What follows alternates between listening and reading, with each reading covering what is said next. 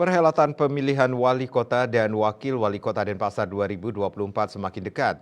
Calon incumbent atau petahana dari PDI Perjuangan dinilai masih paling jelas peluangnya, sehingga kemungkinan besar akan kembali diajukan untuk bertarung.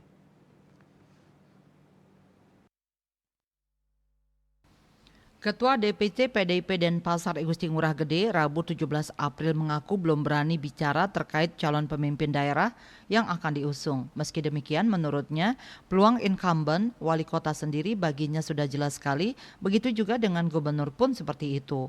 Namun partai hanya menyerap aspirasi masyarakat untuk menentukan pemimpin. Ngurah Gede mengatakan pihaknya masih menunggu tim dan tidak berani berbicara sebelum keputusan rapat.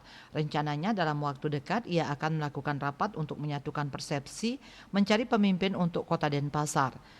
PDIP sudah membentuk tim di samping untuk menampung aspirasi dari masyarakat, juga membentuk tim yang melakukan survei siapa yang elektabilitasnya yang bagus, baik nanti untuk gubernur, wali kota, dan wakil wali kota.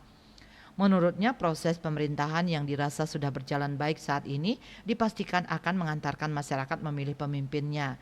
Dirinya selaku ketua partai tetap mengacu pada yang terbaik yang sudah ditelurkan oleh kader-kader partai. Citamaya Bali Post melaporkan.